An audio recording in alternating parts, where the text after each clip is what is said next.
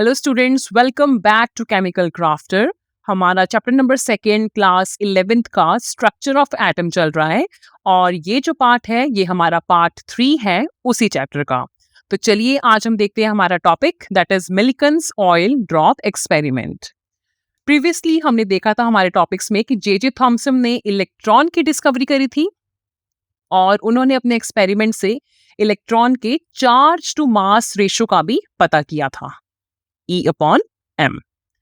तो इसके कुछ टाइम बाद हमारे साइंटिस्ट रॉबर्ट ए मिलिकन और उनके स्टूडेंट हार्वे फ्लेक्चर के साथ उन्होंने एक एक्सपेरिमेंट के थ्रू इलेक्ट्रॉन के चार्ज के बारे में पता किया था और इसके लिए मिलिकन को in the year 1923 Nobel prize भी मिला था और उन्होंने इसकी वैल्यू जो दी थी वो दी थी 1.602 इंटू 10 की पावर -19 कूलम्स। कूलम आपको पता है ये चार्ज के यूनिट्स होते हैं, तो उन्होंने ये वैल्यू दी थी हमें और आप देख सकते हैं ये उनका एक्चुअल एक्सपेरेटस था जो उन्होंने यूज किया था to find out the value of charge on electron. तो चलिए अब हम देखते हैं उन्होंने इसकी वैल्यू एक्सपेरिमेंटली कैसे कैलकुलेट करी और जो आप अपरेटस देख रहे हैं हम इसकी डिटेलिंग के बारे में देखते हैं और इसके अंदर क्या क्या कंपोनेंट है उसके बारे में देखते हैं। तो आप देख सकते हैं यहाँ पे एक चैम्बर है ये और यहाँ पे इसके अंदर 2 हॉरिजॉन्टल प्लेट्स लगी हुई हैं, ये और ये वाली। और यहाँ पे आप देख पा रहे हो कि जो ये ऊपर वाली प्लेट है इसके सेंटर में उन्होंने यहाँ पे क्या किया हुआ है, होल करा हुआ है यहाँ पे। और यहाँ पे एक स्प्रे करने के लिए हमारे पास एटोमाइजर है ये वाला। और यहाँ पर जो कंटेनर है इसके अंदर क्या है, ऑयल, जो कि क्या है यहाँ पे ऑयल रखा गया है। जब हम स्प्रे करेंगे तो यहाँ पर ऑयल की छोटी छोटी ड्रॉपलेट्स यहाँ पे क्रिएट हो जाएंगी। आप देख पा रहे हो ये जो ऑयल की ड्रॉपलेट्स हैं छोटी छोटी।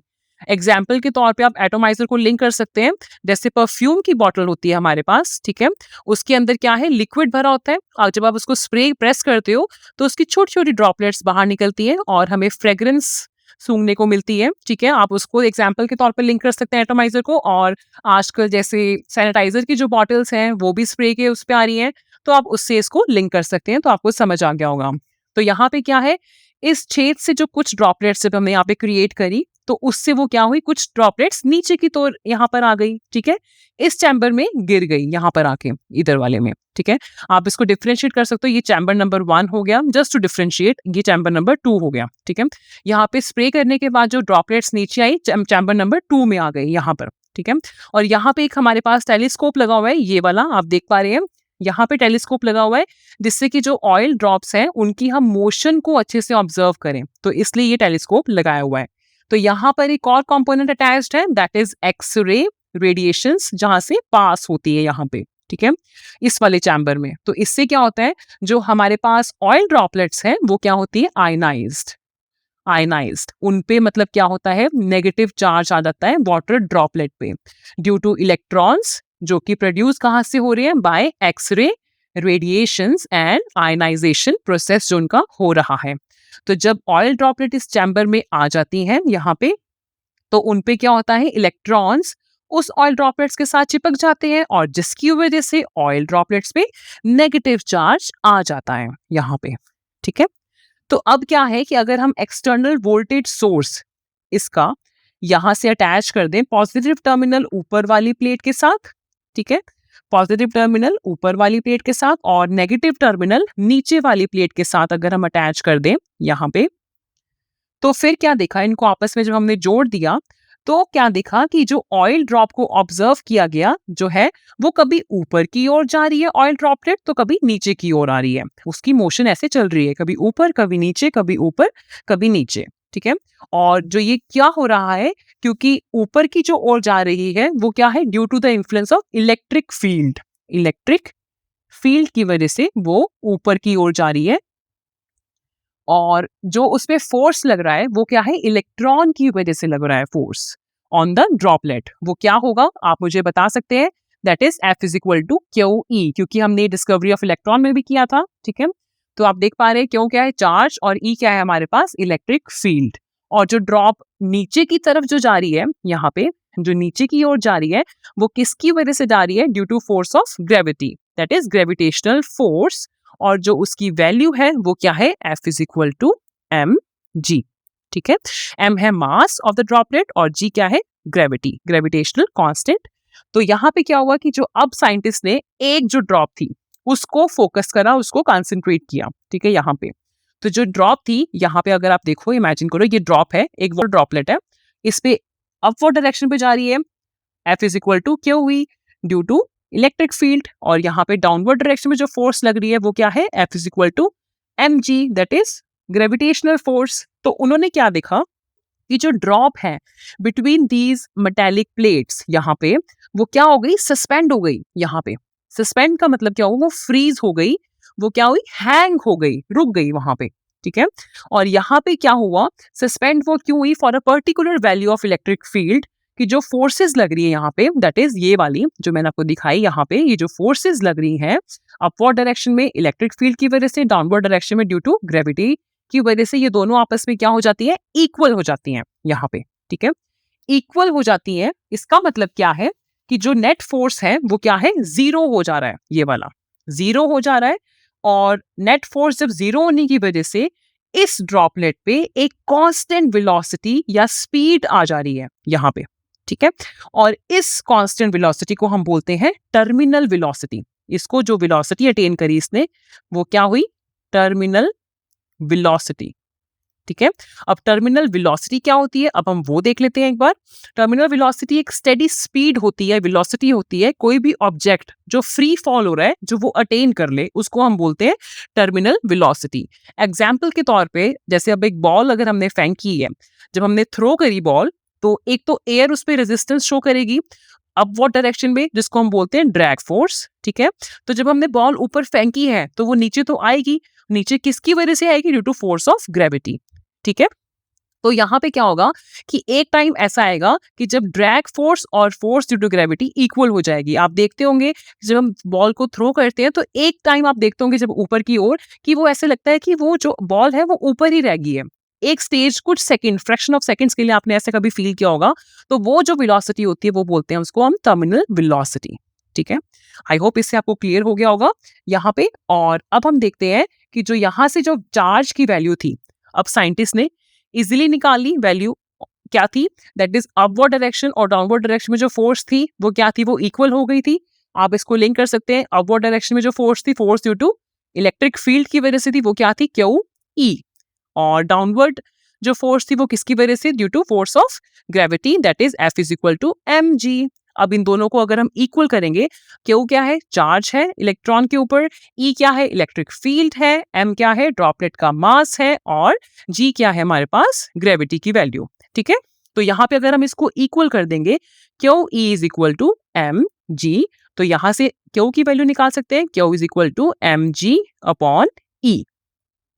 तो यहां से साइंटिस्ट ने चार्ज की वैल्यू निकाली, एम क्या है, मास किसका, ऑयल ड्रॉपलेट का, जी क्या है, ग्रेविटी की वैल्यू, ई क्या है, इलेक्ट्रिक फील्ड की वैल्यू। अगर हमें इन सब की वैल्यू पता है तो हम चार्ज की वैल्यू इजीली कैलकुलेट कर सकते हैं। और यहां से जो उन्होंने चार्ज की वैल्यू निकाली, वो जो निकाली थी वो क्या थी, 1.6 इंटू 10 की power -19 coulombs, q is equal to this. तो उन्होंने इसी फॉर्मूले से चार्ज की वैल्यू निकाली, यहां से हम इजीली कैलकुलेट कर सकते हैं। तो यहाँ पे उन्होंने क्या देखा कि जो अलग अलग ड्रॉपलेट्स थी, अलग अलग जो ड्रॉपलेट्स थी ऑयल की, वो क्या थी, किसी पे कम, अगर इमेजिन करो जैसे ये हमारे पास चैम्बर है, ठीक है, और यहाँ पे अलग अलग ड्रॉपलेट्स हैं, यहाँ पे ऑयल की, ये ऑयल की ड्रॉपलेट्स हैं। ठीक है, तो इन पे अलग अलग इलेक्ट्रॉन चिपके हुए हैं, जैसे इस पे 1 इलेक्ट्रॉन चिपका हुआ है, इस पे 2 इलेक्ट्रॉन चिपके हुए हैं, इस पे 3 इलेक्ट्रॉन चिपके हुए हैं, ठीक है, इस पे 4 इलेक्ट्रॉन चिपके हुए। तो उन्होंने क्या देखा कि जो ड्रॉपलेट्स थी वाटर की, उन पे अलग अलग, किसी पे कम, किसी पे ज्यादा चार्ज आ रहा था, पर जो भी जो वैल्यू आ रही थी वो किसके अकॉर्डिंग थी, सारी ई के मल्टीपल के तौर पे थी। दैट इज हर बार जब भी उन्होंने देखा कि जो हमारे पास वैल्यू थी ई की, दैट इज 1.6 इंटू 10 की पावर -19 कूलम्स, इसी का इंटीग्रल मल्टीपल होती थी इसकी वैल्यू। जैसे कि अगर आप इमेजिन करो Q1 इज इक्वल टू, अगर किसी पे 2 हमारे पास इलेक्ट्रॉन्स चिपके हुए हैं ड्रॉपलेट पे, तो उसकी वैल्यू क्या आई, 3.2 इंटू 10 की पावर -19 कूलम्स। और अगर किसी पे 3 अगर हमारे पास इलेक्ट्रॉन चिपके हुए हैं, तो उसकी वैल्यू हमें इतनी मिली। अगर किसी पे हमारे पास 4 इलेक्ट्रॉन चिपके हुए हैं तो उसकी वैल्यू इतनी मिली। इसका कहने का मतलब क्या है कि जो भी वैल्यू मिल रही है वो किसके मल्टीपल में मिल रही है, इसके। आप लिंक कर पा रहे हैं? आप देखो Q1 इज इक्वल टू, यहां से हम देख सकते हैं कि क्या लिख सकती हूँ मैं, 2E यहां से, ठीक है। Q1 को मैं 2E लिख सकती हूँ, ठीक है। और Q2 की वैल्यू अगर देखो आप तो यहाँ पे क्या है, 4.8 है, इसको मैं अगर यहाँ से 3E लिख सकती हूँ, ठीक है, यहाँ से इजिली। और जो Q3 की वैल्यू है उसको मैं 4E लिख सकती हूँ। तो क्या देख रहे हैं हम लोग कि यहाँ पे क्या है, जो भी जो ड्रॉप्स हैं उन पे जो चार्ज हमें दिख रहा है वो क्या दिख रहा है, वो हमेशा इंटीग्रल मल्टीपल ही हो रही है।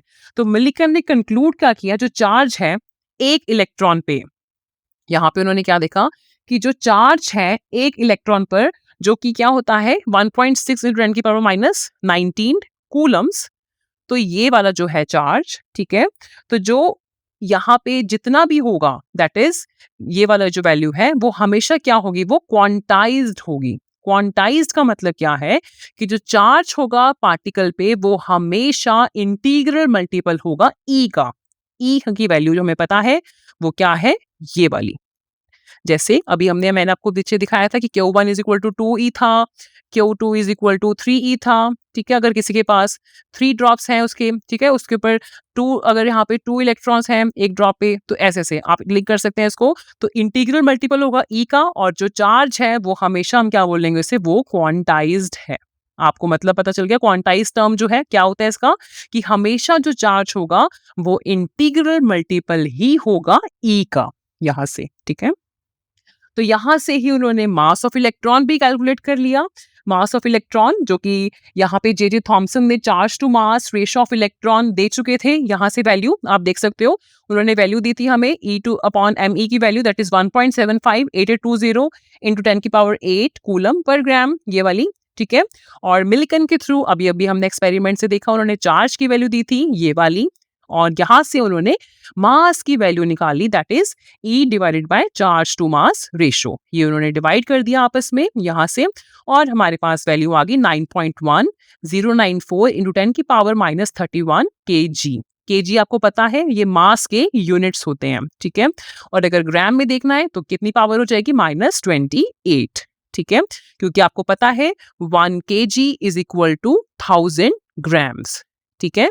ये हमने चैप्टर नंबर 1 में कन्वर्जन फैक्टर्स में देखा था, ठीक है।